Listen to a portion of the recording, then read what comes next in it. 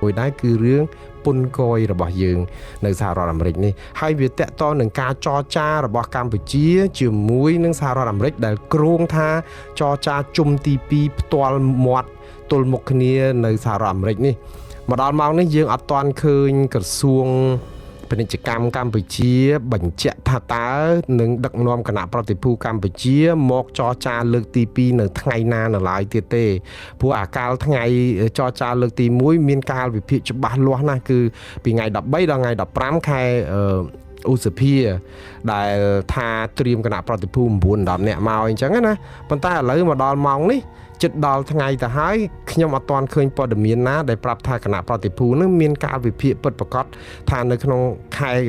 មិថុនាហ្នឹងថ្ងៃណាឲ្យប្រកាសនៅឡើយទេឬក៏បងប្អូនអាចឃើញមានព័ត៌មានអី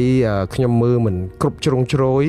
អាចផ្ញើព័ត៌មានហ្នឹងចូលនៅក្នុង inbox ខ្ញុំផងដើម្បីឲ្យខ្ញុំអាចយកទៅផ្សព្វផ្សាយឬក៏ជួនកាលវាឆក់ល្វែងដែរ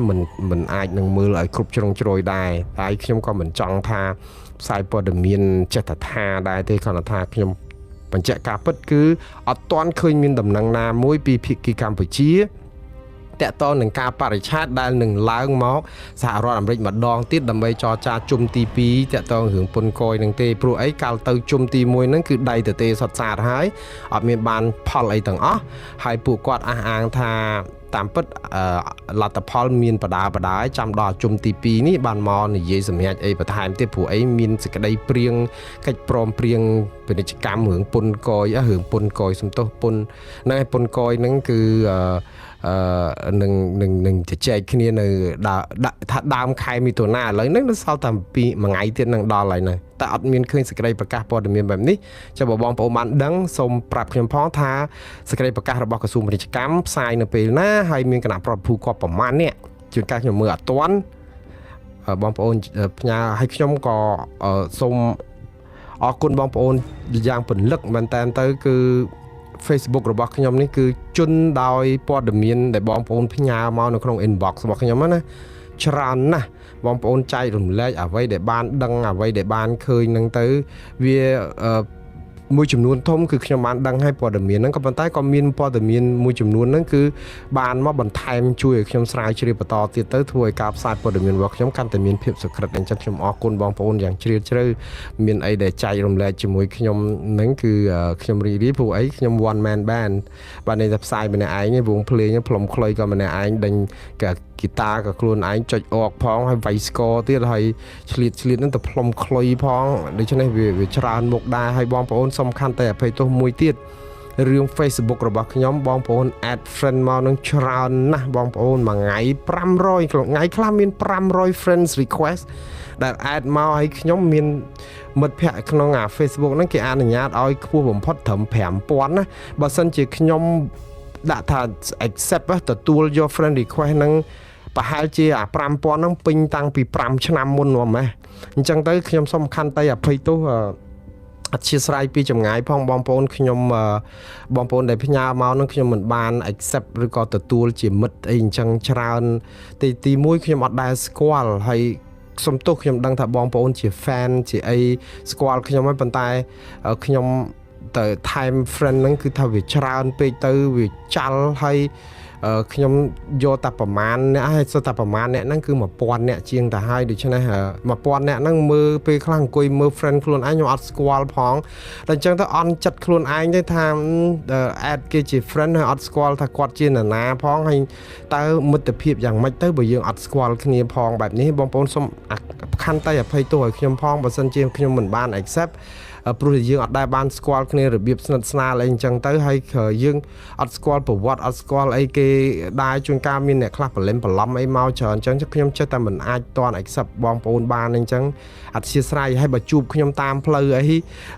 អាចសួរខ្ញុំដើម្បីយើងអាច add នៅទល់មុខគ្នាអញ្ចឹងទៅដើម្បីឲ្យវាដូចថាសុក្រិតជាងអញ្ចឹងហើយបើសិនជាមិនបាន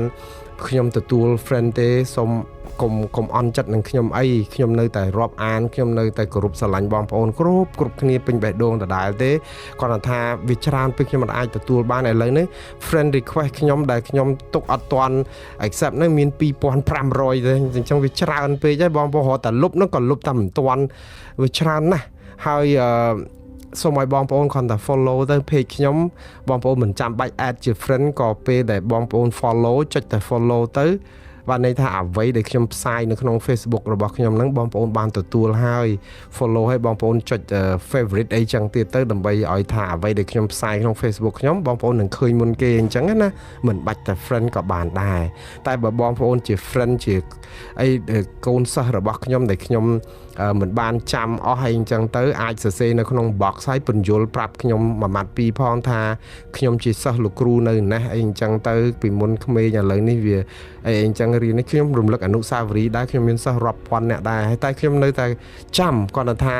តើតែមានការរំលឹកខ្លះមកខ្ញុំចាំទៅខ្ញុំអាចអីអញ្ចឹងម្ដងទៀតសូមអធិស្ឋានបងប្អូនហើយបន្តទៅទៀតតកតងនឹងរឿងពុននេះគឺយើងអត់មានព័ត៌មានហ្នឹងហើយខ្ញុំពឹងបងប្អូនជាច្រើនតកតងនឹងគណៈប្រតិភូកម្ពុជាហើយខ្ញុំជឿថាពួកគាត់នឹងផ្សព្វផ្សាយប៉ុន្តែការដែលស្ងាត់ស្ងៀមបែបនេះក៏អាចមកពីភាគីអាមេរិកហ្នឹងគេមិនទាន់ផ្ដល់ភ្លើងខៀវថានឹងមកចរចាពេលណាហើយក៏មិនដឹងថាអាចតែវាអត់ត្រៀមខ្លួនរួចរាល់ដែរបងប្អូនដូចខ្ញុំជម្រាបចឹងកម្ពុជាអត់បានត្រៀមខ្លួនដើម្បីចរចារឿងពុនហ្នឹងឲ្យគេបធូបថយទេដូចថាយើងស្ពាយតែរឿងអាស្រូវមកស្ពាយតែរឿងអាសោចមកមុននឹងមកអាចុំទី1ហ្នឹងរឿងលោករងឈុនទៅផ្ដន់ទាទោសថែមប្រមាណឆ្នាំរឹបអូសផ្ទះសម្បែងគាត់ចឹងចាប់អ្នកនេះចាប់អ្នកនោះអត់មានដោះលែងអីសោះអាស្ថានភាពសិទ្ធិមនុស្សយើងហ្នឹងក៏នៅតែតឹងផ្អឹសហើយបងប្អូនចេះតែថាទៀតថាថ្ងៃមុនខ្ញុំស្ដាប់ប្រសាសន៍របស់លោកពូសុកអេសាននោះឮសូគាត់និយាយថាពួកប្រឆាំងពួកអីហ្នឹងវានិយាយចេះតែបានតែនេះហ្នឹងអារឿងពុនកយនោះវាមានតាក់តងអីរឿងសិទ្ធិមនុស្សឬប្រជាធិបតេយ្យអីហ្នឹងរឿងពាណិជ្ជកម្មរឿងដាច់ដោយឡែកពីគ្នាខ្ញុំថាតាមពិតយើងមិនអាចផ្ដាច់រឿងពាណិជ្ជកម្មហើយនឹងពុននឹងឲ្យដាច់ទៅរឿងមិនតាក់ទងនយោបាយទេលោកពូប្រហែលជាអាចអញ្ជើញទៅមើលឡើងវិញនៅក្នុងពេលដែលសហរដ្ឋអាមេរិកប្រាប់ថានៅក្នុងការបទូបថយការអនុគ្រោះពន្ធ GSP ឲ្យកម្ពុជាគឺដោយសារលក្ខខណ្ឌមួយគឺគោរពសិទ្ធិកម្មករសិទ្ធិសេរីភាពសហជីពនិងប្រជាធិបតេយ្យនិងសិទ្ធិមនុស្សនឹងដែរព្រោះគោលការណ៍ GSP នឹងគឺអញ្ចឹងប៉ុន្តែដល់ពេលយើងបំពេញទៅក៏គេដកក៏គេឬក៏ថាគេថាមិនចង់ឲ្យយើងអីហ្នឹងតាមពិតគឺជាការពិតទេខ្ញុំជឿថាបើយើងខំដោះសារឬក៏ការពារអីហ្នឹងវាអត់បានចំណេញអីវាអាចឲ្យមេថ្នាក់ដឹកនាំថ្នាក់លើនឹងសบายចិត្តនឹងការដែលនិយាយដោះសារការពារអញ្ចឹងទៅដើម្បីជួយការពារប៉ុន្តែប្រជាពលរដ្ឋអត់បានប្រយោជន៍អីពីសារអស់អញ្ចឹងទេប្រជាពលរដ្ឋខ្មែរចង់បានតែអស់លោកទទួលខុសត្រូវអត់ទទួលតែត្រូវឲ្យខុសមកឲ្យប្រជាពលរដ្ឋទេដោយរងទុក្ខវេទនាដោយសារអំពើរបស់ខ្លួនណាព្រមទទួលខុសត្រូវទទួលទាំងខុសទទួលទាំងត្រូវបាទនៃខុសក៏យកត្រូវក៏យកបើខុសគេរិះគន់កែទៅបើត្រូវគេសរសើរក៏យកដែរកុំថាពេលត្រូវគេសរសើរដល់ពេលខុសគេបង្អាប់គេស្ដីឲ្យថាគេអកតេឬក៏ពួកជ្រុលនិយមឬពួកបដិវត្តពណ៌អីចឹងទៅអាហ្នឹងដូចជាលំអៀងខ្លួនឯងដែរហ្នឹងយើងចង់និយាយថាយើងចង់ស្ដាប់តែអ្វីដែលជាល្អប៉ុន្តែដល់ពេលរបស់មិនល្អអត់ចង់ស្ដាប់សោះហើយអញ្ចឹងទៅយើងធ្វើមិនយើងវាពិបាកវាមិនងាយល្អទៅទាំងព្រមអញ្ចឹងទេប៉ុន្តែបើយើងនាំគ្នាដោះស្រាយទៅអ្នកដែលបានប្រយោជន៍គឺប្រជាពលរដ្ឋខ្មែរតើឥឡូវយើងទៀតហើយជុំទី2នេះខ្ញុំនិយាយថាពុននេះគឺបងប្អូនមកដល់ម៉ោងនេះណាសហរដ្ឋអាមេរិកគឺបានកំណត់ថាការចរចាពុនជាមួយនឹងភាគីចិនគឺដល់ផ្លូវទាល់ច្រកហើយបានន័យថាម៉េចយើងដឹងហើយគាត់ចរចាពីមុនមកហ្នឹងគឺដាក់គ្នាទូងទាំងទៅទូងទាំងមក125ណេះ145នោះឈប់ត្រឹម125ណេះថែម200ជាងទៀតអីចឹងទៅក៏ប៉ុន្តែចុងក្រោយសំទោសចរចាមកប្រើខាងសហរដ្ឋអាមេរិកនេះគឺបញ្ចុះ115ខាងនោះ115អញ្ចឹងនៅចិនយកពីអាមេរិកតែ 10% ទេតែអាមេរិកយកពីចិន 30% ហើយថានឹងចរចាទៀតប៉ុន្តែឥឡូវអា 30% ដែលអាមេរិកយកពីចិនគឺតាមពិតចិនចង់ចរចាឲ្យចុះទៀតអត់ឲ្យអាមេរិកយកដល់30ទេអាចយកត្រឹម 10% ដូចចិនយកពីអាមេរិកឬក៏អាមេរិកកុំយកសោះចិនក៏លែងយកពីអាមេរិកអីចឹងទៅក្នុងន័យអញ្ចឹងណាប៉ុន្តែមើលទៅអត់ទៅមុខសោះដោយសារអីដោយសារតែរឿងបិទធាតុការចិននិស្សិតចិនមករៀននៅសហរដ្ឋអាមេរិកនេះ តាមអាហ្នឹងជាហេតុផលមួយដែរដែលធ្វើឲ្យអាការចរចាហ្នឹងគឺលំបាកប៉ុន្តែខ្ញុំជឿថារឿងដែលនេះហ្នឹងគឺចិនក៏ដូចថាមិនសូវមានភាពស្និទ្ធស្នាលអីជាមួយអាមេរិកតទៅទៀតទេព្រោះអាមេរិកហាក់បីដូចជាគិតថាសេដ្ឋកិច្ចចិនកេងចំណេញប្រយោជន៍ពីអាមេរិកច្រើននេះបើតាមការអះអាងរបស់រដ្ឋបាលលោកត្រាំរហូតដល់ទៅបញ្ហាកម្មសិទ្ធិបញ្ញាបញ្ហារឿងបោកបន្លំដូចយកផលិតផលអីទៅតាមប្រទេសផ្សេងដូចវៀតណាមដូចខ្មែរយើងអញ្ចឹងដឹកផលិតផលពាក់កណ្ដាលសម្រាប់ទៅហើយស្រាប់បោះស្លាកថាផលិតនៅស្រុកខ្មែរយកមករួយពុនមកអាមេរិកអីចឹងទៅ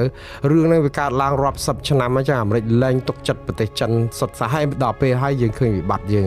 នៅពេលដែលយើងអាមេរិកអត់ទុកចិត្តចិនចង់ដោះស្រាយជាមួយចិនវាមកត្រូវយើងដែរព្រោះយើងជាទ្វារក្រោយរបស់ចិននៅពេលដែលគេរឹបចិនឥឡូវដាក់ចិន 30% មិនចឹងទេបងប្អូននេះចិនអាមេរិកកំពុងដាក់ 30% បើសិនជាការចរចាជាមួយចិនជាប់គាំងដោយអ្វីដែលកំពុងតែធ្វើនេះគឺបានន័យថាម៉េចបានន័យថានៅ30ហ្នឹងចឹងហ៎មិនចឹងទេ30ហ្នឹងគឺបានន័យតំណែងចិននាំមកអាមេរិក30ហើយឥឡូវខ្មែរតែ 10% មិនចឹងបងប្អូននេះខ្មែរអាមេរិកយកជាមូលដ្ឋាន 10% ទុក3ខែ 10% 3ខែអញ្ចឹងចាំ3ខែទៀតចរចាអញ្ចឹងបានន័យថាម៉េចចិននឹងអាចយកទំនិញរបស់ចិនហ្នឹងឆ្លហូរកាត់ទៅខ្មែរដោយការលោកមុនធ្វើអញ្ចឹងទៀតព្រោះខ្មែរទទួលស្គាល់ហើយព្រោះមុននឹងចរចាជុំទី2ជុំទី1ហ្នឹងខ្មែរបានទទួលស្គាល់ហើយថាមានផលិតផលចិនហូរចូលស្រុកខ្មែរហើយបោះស្លាកថាផលិតនៅប្រទេសកម្ពុជានាំមកនៅអាមេរិកដែលធ្វើឲ្យអាមេរិកមួម៉ៅហ្នឹងហើយខ្មែរហ្នឹងក៏បដិញ្ញាចិត្តថាចេញសេចក្តីប្រកាសមួយថាចាប់ពីពេលនេះតទៅនឹងប្រយុទ្ធប្រឆាំងទប់ស្កាត់នឹងគេហៅការខ្លែងដើមកំណើតរបស់ផលិតផលអីអញ្ចឹងទៅដើម្បីជាគេហៅថាទម្ងន់មួយដើម្បីយកមកចរចាមួយអាមេរិកដោយគិតថាធ្វើអញ្ចឹងទៅអាមេរិកនឹងពេញចិត្តនឹងបញ្ចុះបន្ទុបបន្ថយពន្ធប៉ុន្តែការពិតវានៅរឿងច្រើនទៀតរឿងសិទ្ធិមនុស្សរឿងប្រជាធិបតេយ្យរឿងស្អីមកកណោក៏ដឹករឿងមូលដ្ឋានទ័ពចិននៅរៀមឬក៏នៅបតុមសាគរតារាសាគរអីហ្នឹងរឿងអតិពលរបស់ចិននៅប្រទេសកម្ពុជាអីហ្នឹងមកកណោក៏ដែរឲ្យចិនអាមេរិកកំពុងតែមានអារិភាពជាមួយចិនស្រាប់ផងហើយឥឡូវពេលដែលចិនឥឡូវអាមេរិកយកចិន30ហើយបើយកខ្មែរ 10% ហើយបើខ្មែរនៅតែផ្លូវក្រោយយើងថាខ្មែរនៅផ្លូវក្រោយរបស់ចិនអីទៀតបើគេចេញសេចក្តីប្រកាសគេបដិញ្ញាតតាំងនឹងអាផលិតផលហ្នឹងបានន័យថាគេលែងឲ្យផលិតផលចិនយកមកបោះស្លាកវាយត្រាហើយអីពាក់កណ្ដាលសម្រាប់អីមកនាំមកអាមេរិកអីទៀតហើយហើយចុះធ្វើម៉េចគេជឿយើងបើយើងធ្វើអញ្ចឹង30-40ឆ្នាំមកបានហើយស្រាប់ដល់ពេលមកដល់ថ្ងៃចុងក្រោយហ្នឹងមកយើងចាប់ផ្ដើមបដិញ្ញាបដូរផ្ដាច់អីហ្នឹងតោះតែពេលទឹកដល់ច្រមុះអញ្ចឹងហើយបានតែយើងចាប់ផ្ដើមទៅទេតថាពីមុនមកអត់បានត្រៀមខ្លួនប៉ុណ្ណឹងដូច្នេះអាហ្នឹងគេវាពិបាកនឹងទុកចិត្តណាចង់និយាយចេះបើខ្ញុំចង់និយាយចេះវិលត្រឡប់ទៅអារឿងចាស់ដែលខ្ញុំធ្លាប់បញ្យល់ហើយថាយើងទៅដឹងកូនគេស្រាប់តែថ្ងៃហ្នឹងស្រាប់តែឆ្វង់មកហ្មងគឺថាសក់សិតឡើងស្អាតពាក់អាវដូចថាសំរុំអាវអាចារ្យឬក៏អាចថាអាវនឹងវាភ្លឹងស្បែកជើងខៀស្អីល្អមកកាផ្លេទៅនឹងគឺថាកាត់សក់កាត់អីឡើងស្អាតអីចឹងទៅហើយទៅដឹងកូនគេយើងគិតថាមកហ្នឹងគឺសំរុំប៉ុន្តែអាគេសើបទៅប្រវត្តិយើងលួចមន់ជុលមន់ផឹកស៊ីជក់កញ្ឆាកាប់ចាក់ឬក៏អញ្ញាញ៉ៃពេញភូមិណាក៏ស្គាល់ចរិតយើងដែរអញ្ចឹងទៅវាថាប្រវត្តិសាវតារបស់យើងវានៅពេញតាមផ្លូវហ្នឹងឲ្យទៅលុបបំបត្តិអីមិនចំពងតែឆ្ងល់ព្រោះដើម្បីទៅដឹងកូនគេមិនមែនតែយើងទៅថ្ងៃហ្នឹងស្រាប់តែស្អាតមកដល់គេលើកកូនឲ្យណាខ្មែរយើងអាមេរិកហ្នឹងក៏ដូចតែគ្នាដែរមិនមែនតែដូចខ្មែរទេហៅថាទុកដាក់កូនចៅឲ្យមើលផៅសណ្ដានហ្នឹងគេនៅតែមើលអញ្ចឹងគេរកស៊ីជាមួយយើងក៏គេមើលអេរិយាបថមាយាទអញ្ចឹងហើយបានជាឲ្យយើងនឹងកែមាយាទនឹងតាំងពីដើមទីកុំចាំដល់ចុងក្រោយបានកែណាគេធ្វើឲ្យមនុស្សរៀនចេះកសាងអំពើល្អហ្នឹងពុកុសលនិងអំពើផលបុណ្យគឺយើងបានមកពីការសាងអំពើល្អជាប្រចាំមិនបានសាងបានបុណ្យទៅមកវត្តមកវិញលេងស្រាប់តែសម្រាប់សัตว์អស់5ក្បាលអីចឹងទៅហើយយើងចាប់ផ្ដើមថែម2វត្តទៅធ្វើបុណ្យទៅ2វត្តទៀតហើយមកវិញលេងប្រលះគោមួយទៀតទៅបាន3វត្តទៀតហើយមកវិញចាប់ផ្ដើមដូចថាធ្វើប្រព្រឹត្តអំពើបាបថាវាបាបបុណ្យនៅវល់ចូលគ្នាវាទូទាត់គ្នាអត់បានអញ្ចឹងបានថា ដើម្បីឲ្យមានអំពើល្អបន់ល្អហ្នឹងទៅកសលល្អហ្នឹងគឺតើតែយើងសាងអំពើល្អហ្នឹងឲ្យច្រើនជាប្រចាំហើយកាត់បន្ថយអំពើបាបឬក៏អំពើធ្វើទុកបុកម្នេញខ្មែរគ្នាឯងអំពើចាប់អ្នកនេះដាក់គុកអំពើតាមសងសឹកវាយប្រហារគុំគួនយកគ្នាជាសត្រូវអាហ្នឹងសិតតែជាអំពើបាបនឹងតែយើងកសាងមកកណកដឹកហើយលេងស្រាប់ដល់មកដល់ចុងក្រោយធ្វើកឋិន7វត្តលេងស្រាប់តែយើងចង់គិតថាអូអាហ្នឹងស្អាតហើយគឺលៀងអំពើបាបយើងចោលអស់ហើយព្រោះអីយើងខំប្រឹងធ្វើបុណ្យតាហេតុអីក៏យើងក៏ស្មានតែប្រជាពលរដ្ឋក៏ភ្លេចហ៎បងប្អូនយើងឃើញហើយធ្វើនេះធ្វើនោះហើយខ្ញុំសរសើរដែររដ្ឋមន្ត្រីប្រធានព្រឹទ្ធសភាយើងលោកហ៊ុនសែនហ្នឹងគឺមួយរយៈកន្លងមកនេះឃើញគាត់បង្ហោះរូបភាពអាគារស្កឹមស្កៃការអភិវឌ្ឍជាតិដែលបានមកពីបាតដៃទៅទេតាមពិតខ្ញុំសូមសរសើរលោកហ៊ុនសែនដោយស្មោះខ្ញុំសរសើរមួយគឺគាត់មិនដែលចង់និយាយថាគាត់មិនដែលបាត់ក្តីស្រមៃនៅក្នុងការដែលចង់រំលឹកប្រជាពលរដ្ឋឲ្យយល់អំពីថាតើកាលពី79មកគឺយើងបាត់ដៃទៅទេណាមកដល់ពេលនេះគឺយើងមានអាគារស្កឹមស្កៃមានរថយន្តជិះមានម៉ូតូស៊ីក្លូឡានមានផ្លូវរហិលរហូតតទៅមែនតែនទៅកាលលើកមុនបើដើរបុកក្បាលគ្នាទេយ៉ាងច្រើនពកក្បាលឥឡូវជិះម៉ូតូបុកគ្នាស្លាប់ច្រើនមែនតែនអញ្ចឹងនៅក្នុងនេះរូបភាពនេះចង់រំលេចថាការអភិវឌ្ឍនឹងគឺមានច្រើនហើយក៏ដោយសារតែការដែលខំកសាងជាតិតាំងពីបាតដៃទៅទេដោយមានរូបគាត់និងកម្មាភិបាលឬក៏សមមិត្តឬក៏មន្ត្រីជាច្រើនទៀតនៅក្នុងជួររដ្ឋាភិបាលទៅមកដល់ពេលនេះគឺថាវាយូរណាស់ហើយប្រទេសកម្ពុជានេះមែនតើបើយើងនិយាយទៅគឺយើងគួរឲ្យផ្ដល់ភាពយុត្តិធម៌ដល់មេដឹកនាំខ្មែរដែរជាប្រទេសអភ័ព្វជាងគេអញ្ចឹងអ្នកមេដឹកនាំខ្មែរណាដែលដឹកនាំប្រទេសកម្ពុជាឲ្យមានការអភិវឌ្ឍណាយើងទាំងអស់គ្នាមិនត្រូវភ្លេចគណូបការៈរបស់ថ្នាក់ដឹកនាំទេព្រោះយើងមើលគាត់ត្រូវបូជាសាច់ស្រស់ឈាមស្រស់នៅក្នុងសមរភូមិដែលកាលពីមុនមកហ្នឹងគឺអសន្តិសុខខ្លាំងណាស់តម្រាំមកដល់មានការអភិវឌ្ឍជាតិបែបនេះហើយប្រទេសជាតិជិតខាងយើងសូម្បីតែថៃវៀតណាមគេអត់ដែលយើងនិយាយថាវៀតណាមធ្លាប់មានសង្គ្រាមដែរប៉ុន្តែវាមិនរ៉ាំរ៉ៃរហូតដល់យើង97បាននៅមានពួកខ្មែរក្រហមពេញព្រៃតោះក្រោយ97មកមានសមាហរណកម្មអីទៅរៀងស្ងប់ទៅក៏សុខសន្តិភាពបានច្រើនជាបដាបដាអញ្ចឹងបានន័យថាឱកាសនៅក្នុងការកសាងប្រទេសឲ្យលូតមកហ្នឹងគឺចាប់ពី97មកយើងនៅសល់ពេលកាន់តែខ្លីបើមើលថៃមកអត់ដែលមានសង្គ្រាមសោះអញ្ចឹងគេកសាងប្រទេសហ្នឹងមកក៏ច្រើនដែរអត់មានសង្គ្រាមអាមេរិកហ្នឹង200ឆ្នាំជាងហ្នឹងនិយាយទៅគឺអ្នកដែលបន្សល់ពីអាការកសាងពីមុនអ្នកក្រោយមកគឺគ្រាន់តែដូចឡានដែលគេមានស្រាប់មានគ្រឿងផ្ចេះមានអាគុយមានទឹកមានអីកង់សពអីស្អាតអីអស់ហើយគ្រប់គីឡូគ្រប់អីកញ្ចក់អីសេរីហើយអស់ហើយយើងក៏ដូរទៅកង់មកបើកភិលតទៅទៀតដូច្នេះនៅក្នុងន័យនេះគឺបើយើងប្រៀបធៀបទៅគឺថ្នាក់ដឹកនាំខ្មែរដូចជាប្រឹងពុះពៀច្រើនជាងថ្នាក់ដឹកនាំនៃប្រទេសដទៃច្រើនដែរយើងគួរតែផ្ដល់ការសរសើរដល់ថ្នាក់ដឹកនាំកម្ពុជាដែលខំប្រឹងដឹកនាំនាវាកម្ពុជាមកដល់ពេលនេះអញ្ចឹងហើយបានជាលោកហ៊ុនសែនគាត់នៅតែគេហៅថាត្រេកអរទៅនឹងសមិទ្ធិនឹងក៏ជាសេចក្តីសុខរបស់គាត់ដែរផ្លូវចិត្តនៅក្នុងការបង្ហាញឲ្យប្រជាពលរដ្ឋឃើញអំពីការខិតខំរបស់គាត់ហើយខ្ញុំជឿថាប្រជាពលរដ្ឋគ្មាននរណាភ្លេចគុណលោកទេនៅពេលដែលលើកឡើងអំពីសមិទ្ធិដែលកសាងមកអញ្ចឹងណា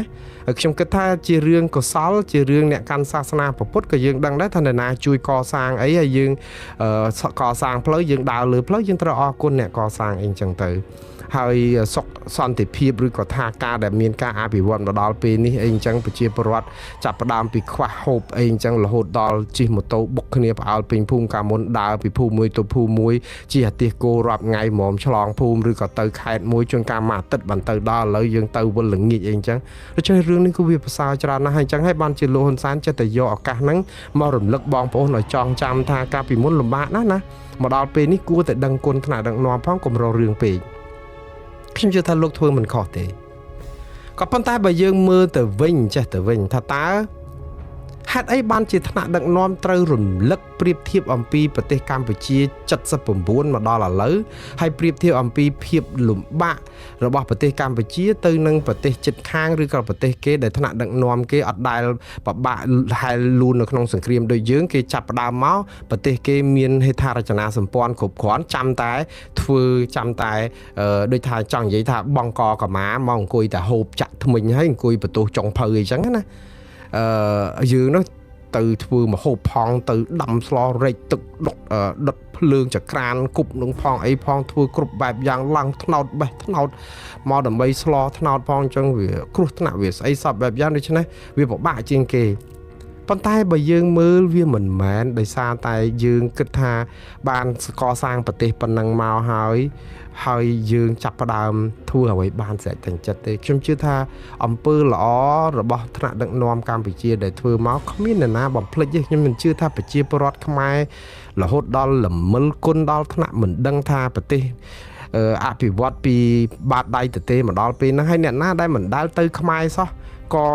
អ្នកដែលបានទៅខ្មែរក៏គេមើលឃើញអំពីភាពប្លែកហើយមិនមែនថាប្រទេសកម្ពុជាទេការអភិវឌ្ឍស្រុកទេសស្រុកណាក៏ដូចស្រុកណាដែរ10ឆ្នាំ20ឆ្នាំគឺវាត្រូវតែមានការអភិវឌ្ឍគ្រប់តែកន្លែងចឹងហើយព្រោះអីការអភិវឌ្ឍហ្នឹងគឺមនុស្សវាកើនគេត្រូវការដីធ្លីត្រូវការអភិវឌ្ឍគំនិតចំណេះដឹងបច្ចេកវិទ្យាវាកើនឡើងហើយមានសកលពិភពពាណិជ្ជកម្មយើងមានរស់នៅក្នុងព្រៃ Amazon នេះណាដែលមានស្លៀកពាក់តែប៉ឹងអីណាអត់ទេយើងរស់នៅប្រស្រ័យតាក់ទងគ្នាមានយន្តហោះជិះទៅឆ្លងទៅថៃឆ្លងទៅវៀតណាមយើងមើលឃើញគ្នាយើងមានឥទ្ធិពលពីគ្នាទៅវិញទៅមកពាណិជ្ជកម្មឆ្លងអញ្ចឹងយើងចាប់ផ្ដើមរីកចម្រើនយើងចាប់ផ្ដើមអីវាទៅដោយស្វ័យប្រវត្តិមិនចាំបាច់នរណាថាទាល់តែប្រឹងកសាងទាល់តែបានប៉ុណ្ណឹងក៏ប៉ុន្តែវាត្រូវវាជាសច្ចានុមត្តវាត្រូវតែរីកចម្រើនអីដោយប្រការណាមួយប៉ុន្តែយើងត្រូវមើលកម្ពុជាវិញតើយើងរីកចម្រើនមកដល់ពេលនេះដោយសារអ្នកណាគឺដោយសារតែការខិតខំចូលរួមទាំងអស់គ្នាពីប្រជាពលរដ្ឋទាំង17លានអ្នកនឹងឯងទាំងកសិករទាំងកម្មករទាំងពលករទាំងអីហ្នឹងគឺចូលរួមហើយរដ្ឋាភិបាលគឺបានយកមនុស្សដែលប្រជាពលរដ្ឋហ្នឹងគឺជាដើមទុននៅក្នុងការយកទៅធ្វើអីខ្ញុំនិយាយដើមទុននៅពេលដែលយើងមានកិច្ចព្រមព្រៀងសន្តិភាពទីក្រុងប៉ារីភ្លាមឆ្នាំ1991យើងមានបោះឆ្នោត1993បងប្អូនដឹងដើមទុនធំបំផុតរឿងអីទេគឺយើងបានជំនួយបរទេសឥតចំណងប្រទេសទាំង18ដែលជាហត្ថលេខីនៃកិច្ចព្រមព្រៀងសន្តិភាពទីក្រុងប៉ារីមានសហគមន៍អឺរ៉ុបខ្លះទៅមានចិនមានបារាំងមានអង់គ្លេសមានអាមេរិកមានស្អីទាំងឥណ្ឌូនេស៊ីមានអីមកកណក៏ដឹកហ្នឹងគឺភាគច្រើននៅសហគមន៍អឺរ៉ុបគឺគេមានកាតព្វកិច្ចមួយក្នុងការជួយប្រទេសកម្ពុជាស្ដារសិទ្ធិមនុស្សនិងប្រជាធិបតេយ្យពីផេះផង់ដើម្បីឲ្យខ្មែរមានសេចក្តីសុខមានសុខសន្តិភាពហើយលុយហ្នឹងគឺទម្លាក់នោះច្រើនឥតចំណងមានជួយយើងនោះច្រើនមែនតើហើយជួយដើម្បីអីដើម្បីឲ្យមានការបោះឆ្នោតមួយដោយសេរីត្រឹមត្រូវនឹងយុត្តិធម៌ដើម្បីឲ្យប្រទេសមួយនេះសម្រាប់ជោគវាសនាដោយប្រជាពលរដ្ឋខ្លួនឯងដោយគេហៅថាប្រជាពលរដ្ឋសម្រាប់ជោគវាសនាដោយខ្លួនឯងអានេះហើយដែលសហគមន៍អន្តរជាតិចង់បានហើយក៏ប្រជាពលរដ្ឋខ្មែរខ្លួនឯងក៏ចង់បានដែរព្រោះយើងឈឺចាប់នោះវាហួសនិស័យហើយដូចជាលោកហ៊ុនសែនអីយកមករំលឹកថាពីមុនលំបាកនោះវាគាត់ធ្វើត្រឹមត្រូវហើយវាឥឡូវហ្នឹងវាបានប្រសើរច្រើនហើយក៏ប៉ុន្តែបើយើងមើលតើយើងក៏បត់អ្វីដែលជាកិច្ចសន្យារបស់យើងកាតព្វកិច្ចរបស់យើងដែរទេនៅពេលដែលយើងចាប់ផ្ដើមពី1993មកយើងមានការបោះឆ្នោតដោយអ៊ុនតាយើងចាប់ផ្ដើមរៀបចំឲ្យមានគណៈបកនយោបាយប្រឆាំងបទថាឆ្លោះគ្នាអីទាំងក៏ចិត្តតែមានជាហោហែអញ្ចឹងទៅចិត្តតែបោះឆ្នោតរហូតដល់តែ2012និយាយទៅ2013គឺជាការបោះឆ្នោតមួយដ៏ប្រសើរមែនតើដែលថាវាមិនឥតខ្ចោះទេប៉ុន្តែមានកោចបមួយដែលមានតំណាងពីគណៈបកនយោបាយទាំងគណៈបកប្រឆាំងទាំងគណៈបកប្រជាជនកម្ពុជា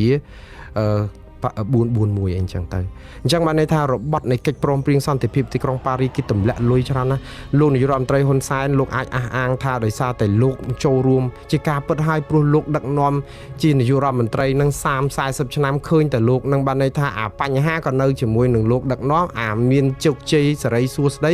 ខ្លះហ្នឹងក៏មានលោកនៅក្នុងហ្នឹងអញ្ចឹងលោកទៀមទាតែសេរីសួស្តី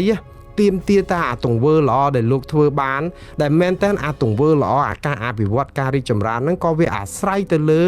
ការដែលយើងប្រឹងស្ដារសិទ្ធិមនុស្សនិងប្រជាធិបតេយ្យពីដើមរៀងមកតាបានប្រទេសគេចូលមកវិនិយោគគេចូលដាក់លុយគេចូលអីដើម្បីជួយខ្មែរយើងហើយអាមេរិកក៏គេផ្ដល់ការអនុគ្រោះពន្ធ GSP ដើម្បីឲ្យយើងនឹងរីកចម្រើនសហគមន៍អឺរ៉ុបគេឲ្យ EBA អត់យកពន្ធទំនិញយើងនឹងដើម្បីឲ្យយើងនឹងរីកចម្រើនខ្វះអីប្រទេសក្រនៅលើពិភពលោក45ប្រទេសដូចយើងដែរនៅប្រទេសខ្មែរយើងក្នុងចំណោម45ប្រទេសហ្នឹងគឺគេជួយអញ្ចឹងដើម្បីអីយឹតយោងយើងហើយបើកុំតែគេជួយយើងហ្នឹងស្មានតែយើងបានប៉ុណ្្នឹងហ៎ជាការពិតហើយវាត្រូវតែមានថ្នាក់ដឹកនាំមកជួយមកអញ្ចឹងប៉ុន្តែយើងជាប់កិច្ចកតបកិច្ចសន្យាមួយគឺយើងប៉ះប៉ូវផ្លូវចិត្តសុខសន្តិភាពផ្លូវចិត្តឲ្យប្រជាពលរដ្ឋដែលរងគ្រោះដោយសារសង្គ្រាមរ៉ាំរ៉ៃច្រើនឆ្នាំហ្នឹងឲ្យគាត់មានការផ្សះផ្សាដួងចិត្តផងមានសន្តិភាពផ្លូវចិត្តដែរដោយអីមានសិទ្ធិសម្រេចនៅក្នុងការហ៊ាននិយាយស្ដីមិនត្រូវគេធ្វើទុកបុកម្នេញមានសិទ្ធិទៅស្ថានីយបោះឆ្នោតគូសឲ្យគណៈបកដែលពួកគាត់ចង់បានមេដឹកនាំណាក៏ដោយបើបងប្អូនថាមេដឹកនាំគណៈបកប្រឆាំងនឹងគាត់ដូចថាចោលមកសៀតអីក៏ដោយបើសិនជាអ្នកដែលគេគ្រប់គ្រងក្រុមចោលមកសៀតឲ្យគេគ្រប់គ្រងទៅពួកប្រជាធិបតេយ្យគេគ្រប់គ្រងហេតុអីបានជានាំគ្នាទៅបំផ្លាញគេទៅធ្វើបាបគេធ្វើទុកបុកម្នេញគេឲ្យចាប់ផ្ដើមថាខ្លួនឯងល្អផលិតផលដែលយើងលក់បើយើងមានលហុងយើងដាំនៅក្រោយផ្ទះយើងយកមកដាក់លក់គេដាំលហុងគេនៅក្រោយផ្ទះគេមកដាក់លក់យើងដាក់ជីស្អីដាក់អីទៅយើងឃើញលហុងយើងថ្លោះល្អគេនោះគេអត់ដាក់ជីគីមីអីគេលហុងគេរៀងស្វិតរៀងកជីវអីបន្តិចហើយតែយើងនាំគ្នាថាលហុងនឹងឈឺពោះឈឺអីហើយយើងមិនត្រឹមថានេះទេគឺយើងទៅនាំរករឿងអ្នកទៅទិញលហុងគេនឹងទៀតហើយចុងក្រោយរករឿងអ្នកទិញលហុងអត់បានយកលហុងគេទៅបោះចោលទៀតដើម្បីឲ្យគេមកទិញលហុងខ្លួនឯងវាអត់ត្រូវទេលហុងខ្លួនឯងលក់ទៅបើគេណាចង់បានថ្លោះហ្នឹងគេទៅទិញលហុងទៅយ៉ាងតាមបណ្ណាគេចង់បានលហុងស្វិតក្តាប់ទូចជួនកាលទិញធំពេកហូបមិនអស់គេយកអាបានទូចគេហូបមកពេលឲ្យគេហូបទៅជាសិទ្ធិសម្រេចរបស់គេអាហ្នឹងបានជាហៅថាប្រជាធិបតេយ្យមានការអនុវត្តត្រឹមត្រូវដោយសារតែគេចង់ឲ្យយើងមានអញ្ចឹងហើយអាគេជួយមកហ្នឹងដំបងប្រហែលឆ្នាំដំបងបោះឆ្នោតប្រហែលអាណត្តិហ្នឹងចេះតែធ្វើទុកបុកម្នេញតែមិនកាត់សាហាវឬក៏មិនខ្លាំងពេករហូតដល់ឆ្នាំ2017ហ្នឹងតាដែលយើងបំផ្លាញខ្ទេចខ្ទីអស់តែម្ដងអស់អាលីងតែម្ដងប្រជាធិបតេយ្យសេរីពហុបកគឺអស់មានតែបកមកចូលតែហែកាន់ជើងក្រែឲ្យគណៈបកកាន់អំណាចហ្នឹងទៅចេះតែមកយកទៅសងអញ្ចឹងទៅយកតែប្រាក់ខែយកតែអីប្រឡំអញ្ចឹងទៅគណៈបកប្រឆាំងមែនតើអត់មានហើយបងប្អូនឃើញត្រូវប្រដាសាអញ្ចឹងនៅពេលដែលលោកនាយករដ្ឋមន្ត្រីចាស់លោកយករូបថតដែលយកមកផ្សាយហ្នឹងវាជាសមិទ្ធិដែលបន្សល់មកពីការដែលកសាងសេចក្តីទុកចិត្តនៅលើពិភពលោកដើម្បីឲ្យយើងសាង credit ភាសាអង់គ្លេសហៅ credit គឺឲ្យមានសេចក្តីទុកចិត្តកិត្តិយសយើងមកពីមុនមកហ្នឹងគឺចេះតែឡើងមករហូតក្រើតាមពិតអ្វីដែលជាសំណង់អាគារស្កឹមស្កៃឬក៏សមិទ្ធិដែលមានមកយើងអាចខ្ចីលុយគេយើងអាចអីគេបានសូម្បីចិនឲ្យលុយអត់ឲ្យលុយខ្ចីមកខ្ជិះមកទៀតធនាគារ ADB World Bank អីឲ្យហ្នឹងដោយសារអីយើងមានបន្សល់ទុកមកពីការកសាងរួមគ្នារវាងគណៈបកប្រជាជនកម្ពុជានិងគណៈបកប្រឆាំងនិងអ្នកដែលគណៈបកប្រជាជនកម្ពុជាធ្វើទុកបុកម្នេញដែលតែមិនស្លាប់ពីយូរហើយស្លើធ្វើទុកបុកម្នេញនោះធ្វើដែរប៉ុន្តែបដំប្រសងគ្នាមករហូតដោយសារតែការដឹកដៃគ្នាមកអញ្ចឹងតាបានមកដល់ពេលហ្នឹងវាអត់មែនបានន័យថាគណៈបកប្រជាជនធ្វើម្នាក់ឯងខ្ញុំថាបើគណៈបកប្រជាជនធ្វើម្នាក់ឯងមកដល់ម៉ោងនេះយើងដូចសម័យរដ្ឋកម្ពុជាអញ្ចឹងវាមានការអភិវឌ្ឍអីខ្លះដែរវាមិនអត់សោះហើយក៏ប៉ុន្តែវាមិនលឿនដូចនេះទេបើអត់មានគណៈបកប្រឆាំងអត់លឿនដូចនេះបងប្អូនកុំគិតថាគណៈបកប្រឆាំងចង្រៃឲ្យសោះយើងចង្រៃតែយើងអត់ចូលចិត្តគេប៉ុន្តែនៅពេលដែលយើងចាប់ផ្ដើមរំលាយគេភ្លាមអាហ្នឹងមិនយើងចង្រៃហើយយើងឥឡូវសួរថាគេដំណើររបស់យើងហ្នឹងតើឥឡូវនៅសល់តែរូបថតទេនេះរូបថតនៃការអភិវឌ្ឍការអីហ្នឹងបងប្អូនឃើញលោកនាយករដ្ឋមន្ត្រីហ៊ុនសែនដែលលោកយករូបថតអាគារស្កឹមស្កៃយកបង្ហាញបងប្អូននេះគឺជាគេហៅគ្រាន់តែជារូបទេតែធាតុពិតហ្នឹងមិនមែនជាការពិតទេបងប្អូនការពិតខ្ញុំចង់និយាយថាម៉េចថាដូចខ្វាក់ភ្នែកទេមិនមើលគេមើលឯងទៀតចេះតែទៅឆ្កុយតែឯងខ្ញុំចង់និយាយអញ្ចេះអាសំណក់នៃរូបភាពអាគារស្កឹមស្កៃផ្លូវលបឿនលឿនឬក៏មានផ្ទះវិឡាមានស្អីខ្ជោកខ្ជិះរថយន្តបើកពេញផ្លូវហ្នឹង វាគ្រាន់តែជារូបភាពលំអមួយជាការពិតហើយគឺយើងមើលបំណុលរបស់យើងមើលបងប្អូនបំណុលយើងប្រមាណ$12,000 លានបំណុលរបស់កម្ពុជាប្រជាពលរដ្ឋយើងចំពាក់លុយបំណុលមីក្រូហិរញ្ញវត្ថុនឹងរុំសួតអ្នកដែលពលករខ្មែរទៅធ្វើការនៅថៃ2 លានអ្នកទៅលក់កម្លាំងសឹងថាជាកញ្ចាស់គេការងារល្អគេយកអស់ហើយការងាររបស់យើងនឹងមានតែទៅធ្វើការសំណង់ជួនកាលឡើងជាន់25ជាន់ធ្លាក់ស្លាប់ថ្ងៃមុនជួយដីទៅគឺមានកម្មករខ្មែរយើងនឹងគ្រាន់តែអាគារមួយសោះនៅក្នុងត្រង់បាងកកដែលអាគាររាប់លានអាគារមានអាគារមួយសោះអាលំក្រាំងមានខ្មែរយើងស្លាប់មកកណោក៏ដឹកនៅក្នុងហ្នឹងដែរដោយសារអីដោយសារតែអាកម្លាំងពលកម្មដែលគ្រោះថ្នាក់បែបហ្នឹងគឺគេថៃហ្នឹងគេរត់ចោលអស់គេទៅធ្វើការងារល្អហើយនៅយើងទៅលក់កម្លាំងពលកម្មគេពួកអីយើងវាអត់មានចំណេះជំនាញអីទៅធ្វើការងារឲ្យជាពេទ្យជាម៉ជាអីទេព្រោះយើងវាអត់មានប្រព័ន្ធហ្នឹងដើម្បីទទួលឲ្យបងប្អូនក្រីក្រអីអ្នកខ្លះនៅចុងកាត់មាត់ញោកហ្នឹងមានលុយឯណាទៅរៀនពេទ្យរៀនម៉អីចឹងមានតែកាប់អំពៅគេមានតែ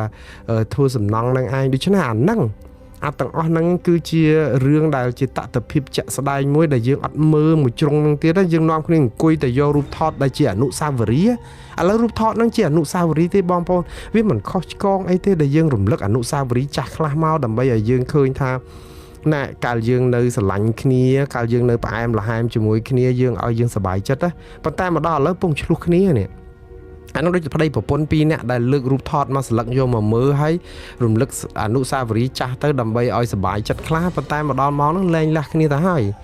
អាហ្នឹងហើយដែលធ្វើឲ្យយើងក្តុកក្តួលឥឡូវហ្នឹងយើងចាប់ផ្ដើមមើលអនុស្សាវរីយ៍ចាស់ទៅវិញទេដែលជាគេដំណើរបន្សល់មកពីមុនមកបើសិនជាកុំមានការបំផ្លាញសិទ្ធិមនុស្សនិងប្រជាធិបតេយ្យធ្ងន់ធ្ងរឆ្នាំ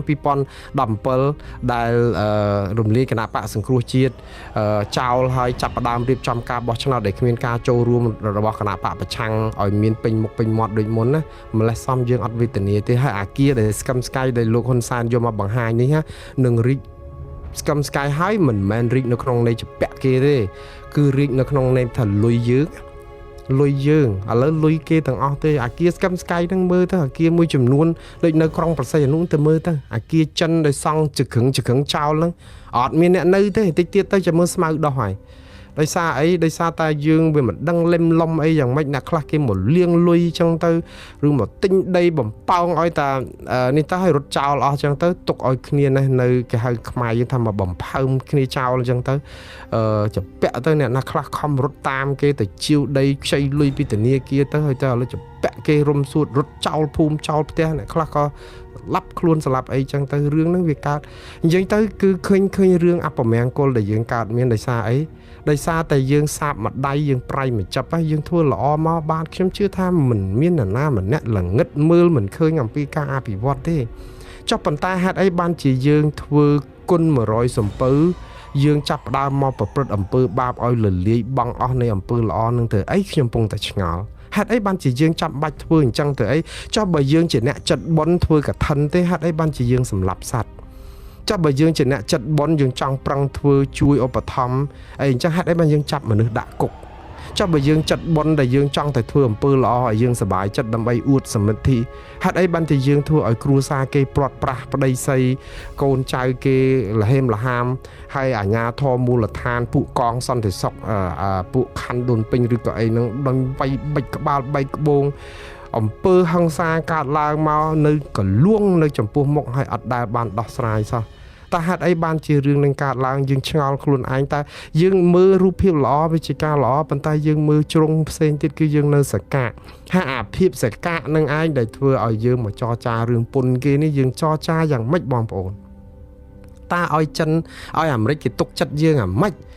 អាមេរិកអត់មានតែត្រេកតអត្រអាលអីនឹងរឿងអាគារខ្ពស់ស្កឹមស្កៃដែលបង្ហាញផ្លូវថ្នល់មកនឹងទេព្រោះអីលុយខ្ចីគេហ្នឹងលុយចិនខ្ចីគេឡើងចម្ពាក់គេមិនដឹងសងគេបានពេលណាឥឡូវសងតការប្រាក់សងអត់បាននោះមួយឆ្នាំជាការប្រាក់គេ$150 លានតែយើងจะឆក់សងយ៉ាងម៉េចឥឡូវនឹងពងឆ្ងល់យើងរកបាន6យើងចាយ10តើយើងទៅសងគេយ៉ាងម៉េចហើយយើងគិតថាបើគេខំប្រឹងរក6ចាយ10អីក៏ដោយប៉ុន្តែបើកុំបានប៉ុណ្ណឹង ស្មានតាដឹកនាំប្រទេសមកបានប៉ុណ្ណឹងបានដោយពួកក្រុមប្រឆាំងបានតែស្រ័យឡងពីក្រៅប្រទេសហើយថ្នាក់ដឹកនាំ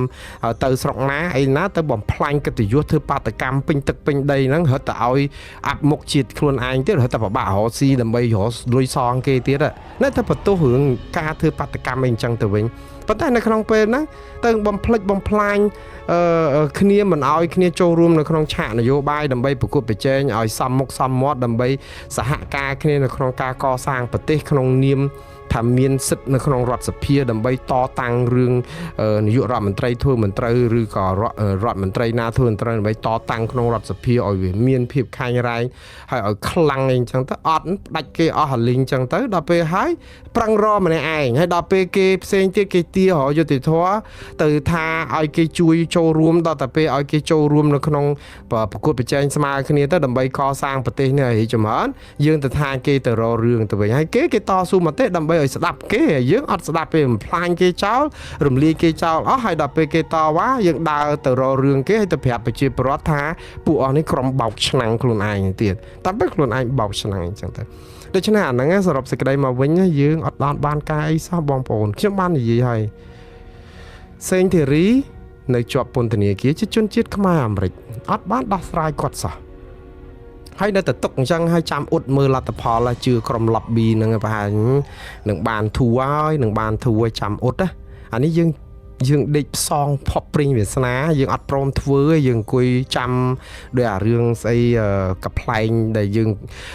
ខ្ជិលពេកយើងចាំព្រិញវាសនាសូម្បីឡើងដើមឈើហ្នឹងក៏ខ្ជិលដែរអង្គុយហាមាត់ចាំផ្លែវាធ្លាក់ចូលមាត់ហ្មងអីចឹងទៅអាហ្នឹងគឺយើងចាំអញ្ចឹងតែធ្លាក់មកមិនស្រួលបាក់ថ្មិញអស់ទៀតអញ្ចឹងមិនថាយើងអត់បានត្រៀមខ្លួនចោះលោកកម្មសខាចោះសកម្មជនដូចលោករងឈុនចុះរឿងអ្នកដែលជាប់ពន្ធនាគារនៅ68នាក់មកដល់ពេលឥឡូវឮសូរឥឡូវកំពុងរកចាប់ថែមទៀតឡាក់នឹងឡាក់អីអញ្ចឹងទៅចោះករណីឃាតកម្មលោកលឹមកំយ៉ាចោះករណីឃាតកម្មមុនករណីអំពើអយុត្តិធម៌បញ្ហារំលោភសិទ្ធិមនុស្សមកកណក៏ដកតែយើងមានបានធ្វើអីអត់ហើយយើងចាំអ៊ុតលទ្ធផលអាមេរិកជាមួយចាឥឡូវចិនគេអត់ត្រូវគ្នាជាមួយអាមេរិកទៀតយើងទៅចាំដង្ហើមគេថាឥឡូវយើង 10% ពីខ្មែរគេយក 10% គេប្រាប់ថា 10% ហ្នឹងគេទុកឲ្យ3ខែឥឡូវចិត្តអស់ហើយ3ខែហ្នឹងបើអត់ចរចាត្រូវហើយយើងឡើងដល់ 49% ណាបាទគ្រាន់តែចាំតែប៉ុណ្្នឹងឯង 49% ខ្ញុំជឿថាអាមេរិកប្រហែលជាមិនយកយើងដល់ 49% ប៉ុន្តែបើគេយកចិន 30% ហើយយើងអត់មានកែប្រែអីសោះបែបនេះណាខ្ញុំជឿថាអាមេរិកមិនទុកឲ្យខ្មែរខ្លាយជាទ្វារក្រោយរបស់ចិនទៀតទេព្រោះអីតែថាយកយើងតែ 10% នៅសល់ចំណេញ 20% ចិនយកតំណែងចូលតាមខ្មែរបោះស្លាកវាយត្រាយកមកលក់នៅអាមេរិកចំណេញពន្ធ 20% ទៀតខ្មែរអត់ចំណេញអីទេគឺបានន័យថារួចចិនទៀតអញ្ចឹងមានតែយកខ្មែរ30ដែរអានេះហើយដែលខ្ញុំគិតថាជារឿងមួយដែលគិតថាឥឡូវការចរចាពន្ធជាមួយនឹងអាមេរិកគាំងហើយជាមួយចិនតើយើងសង្ឃឹមអីព្រោះយើងសង្ឃឹមទាំងហើមគេដកទាំងអស់គ្នាតែយើងអត់បានមានអីត្រៀមខ្លួនទេគឺយើងនឹងដល់ទឹកដល់ច្រមុះចឹងហ្មងគឺយើងจะពាក់គេផងអីផងហើយអាហ្នឹងគឺជារបៀបដឹកនាំមកយើងអញ្ចឹងតាដូច្នេះក្រៅតែពីរឿងមិនបានសម្រេចអីហ្នឹងមានរឿងអីមានតែបបួលបងប្អូនយើងទាំងអស់គ្នានាំគ្នាមើលវីដេអូអំពីអាគារស្កឹមស្កៃស្ពានអាកាសស្ពានឆ្លងទន្លេឬក៏មើលសមិទ្ធិស្ដាប់ចម្រៀងដែលនិពន្ធថ្មីអំពីស្នាដៃរបស់សម្ដេចពុកអីចឹងទៅមានតែប៉ុណ្្នឹងឯងព្រោះមានតែការស្ដាប់អនុស្សាវរីយ៍លួងចិត្តខ្លួនឯងឲ្យសុបាយទេប៉ុន្តែនៅក្នុងពេលហ្នឹងគឺតើនរណាមានលុយបង់ធនាគារតើនរណាមានលុយបង់ថ្លៃចំណាយសពសារពើកូនរៀនអាហារប្រចាំថ្ងៃជីវភាពគ្រូឈឺថ្កាត់ពេលត្រូវបង់ថ្លៃព្យាបាលលក្ខនឹងលក្ខតើអនាគតទៅយ៉ាងណាសេដ្ឋកិច្ចយ៉ាងកម្មករតើនឹងឡើងប្រាក់ខែប៉ុណ្ណាវាអត់យើងនៅអង្គុយកំសត់អញ្ចឹងទៀតទៅដូច្នេះចំពោះខ្ញុំសោកស្ដាយដែរខ្ញុំចង់ឲ្យតែបងប្អូនយើងបានទទួលជោគភាពជោគជ័យប៉ុន្តែយើងអត់ទាន់បានធ្វើអីមួយដែលបង្ហាញថាយើងកែប្រែស្ថានភាពខ្ញុំឃើញថ្នាក់ដឹកនាំយើងខំប្រឹងទៅជប៉ុនទៅអីដូចហ៊ុនម៉ាណែតដូចនៅជប៉ុននៅឡើយថ្ងៃ31នេះព្រោះដំណើរទស្សនកិច្ចគាត់ពី28ដល់31ដែលបានចប់ ដោយខំប្រឹងប្រាប់ថាមិនមែនតែចង់ខ្សែគប់តែចិនទេចង់ទៅជប៉ុនទៅអីដើម្បីឲ្យមានភាពចម្រុះអីចឹងដែរយើងឃើញគាត់ថ្នាក់ដឹកនាំយើងខំប្រឹងដែរប៉ុន្តែយើងខំប្រឹងទៅតាកន្លែងដែលបង្អួតឲ្យគេឃើញថាយើងមិនមែនអោបតែចិនណាប៉ុន្តែនៅក្នុងពេលជាមួយគ្នាហ្នឹងគឺយើងអោបតែចិនបែបចឹងថ្ងៃហ្នឹងព្រោះឲ្យធ្វើម៉េចបើយើងអត់បានដោះស្រាយបញ្ហាអីដែលឲ្យឆ្ងាយពីចិនផងហ្នឹងដើម្បីឲ្យកុំអោបចិនគឺស្ដារសិទ្ធិមនុស្សនិងប្រជាធិបតេយ្យឡើងវិញមើលរឿងហ្នឹងមួយគឺធ្វើប្លែកពីចិនដាច់បាត់ហើយព្រោះចិនអត់អាចធ្វើបានទេមិនចឹងដោះលែងអ្នកទោសកម្មជនហើយកុំធ្វើទុកបុកម្នេញគេទៅអាហ្នឹងគឺចាប់ផ្ដើមយើងធ្វើឲ្យផ្ទៃមេឃស្រអាប់ប្រែមានពន្លឺរស្មីវិញហើយប៉ុន្តែបើយើងមិនដោះស្រាយបែបនេះទេគឺពពកខ្មៅនៅតែបាំងលើផែនប៉ូស៊ីទីរបស់កម្ពុជាគ្មានទីបញ្ចប់ទេហើយខ្ញុំក៏មិនមានសុតិធិនិយមច្រើនដែរខ្ញុំគ្រាន់តែសោកស្ដាយតែប៉ុណ្្នឹងទេគ្រាន់តែថាបន់ស្រន់សូមឲ្យការចរចានឹងឲ្យវាបានជោគជ័យចោះដើម្បីកុំឲ្យបងប្អូនប្រជាពលរដ្ឋយើងកសិករកម្មករគ្នាវេទនាប៉ុន្តែដូចខ្ញុំជម្រាបអញ្ចឹងថាអ្វីគឺអាស្រ័យទៅលើការត្រៀមខ្លួនតែកម្ពុជាអត់ទាន់បានត្រៀមខ្លួននៅឡើយទេហើយក៏អត់បានតាំងចិត្តត្រៀមខ្លួនដែរដូច្នេះកុំបាច់ឆ្ងល់រឿងលទ្ធផលដែលចេញបែបណាគឺវាអាស្រ័យទៅលើការប្រព្រឹត្តរបស់យើងតែប៉ុណ្ណោះឯងបាទខ្ញុំសូមអស់ត្រឹមប៉ុណ្្នឹងឯងបងប្អូនសូមអរគុណយ៉ាងជ្រាលជ្រៅដែលបងប្អូនតាមដានការស្ដាប់ការផ្សាយរបស់ខ្ញុំតាំងពីដើមរហូតដល់ចប់សូមជម្រាបលាត្រឹមប៉ុណ្្នឹង